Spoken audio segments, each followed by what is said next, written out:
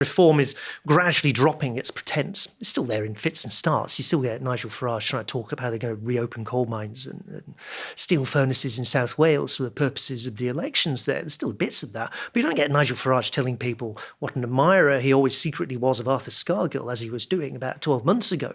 You know, you don't get him popping up outside steelworks in the north of England, waving a union placard and saying, hey, we're going to renationalise this. You don't have that bit of reform where it's making a genuine effort to provide a kind of populist hegemony, where you go, we are right-wing over here and we're left-wing over there, and we're going to present this to everyone and we're going to absolutely mop up every single vote we can get. And partly you don't get them doing that is because there is now a credible left-wing pole of attraction which blocks that left part of it. So they're already facing a political challenge, which is that it is difficult for them to look left-wing if somebody else is there saying, hey, I'm really left-wing, which is the Greens. But hold on, you're saying they're neutering, because I actually agree with you on that, but you're also saying that they're neutering themselves. Yes. Rather than the Treasury doing it ahead of a general election. Because, so where does that fit into that explanation? Well, that's the political part. The political bit is that it's harder for them to do the presentation of populism. Like, we're all things to all people. You don't like immigrants, we don't like immigrants. You want steelworks nationalised, we'll nationalise the steelworks. Hey, we're not going to do austerity. Everything for everybody, right? Regardless of where you sit in the political spectrum,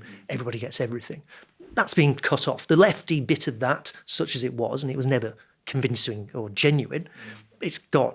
The other part of it is they now face this strategic problem, which is as they advance towards power, they are not, in fact, going to win their 40% of the vote. They need to just win a majority and get on with it. They're having to deal with the Conservative Party. They're having to deal with the backers of the Conservative Party. That very revealing report in the Financial Times.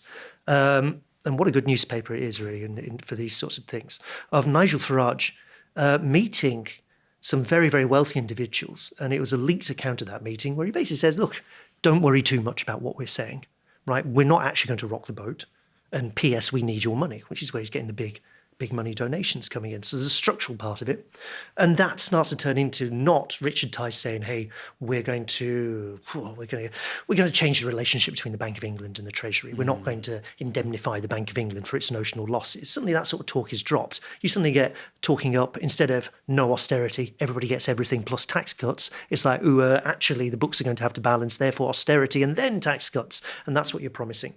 And you can still try and make this work if you lard it with, to be blunt, a load of variants of racism. You sort of do a load of immigrant bashing of various sorts. You say indefinite leave to remain, it's all gone, we're going to deport people. I mean, it's totally obnoxious, but you do it.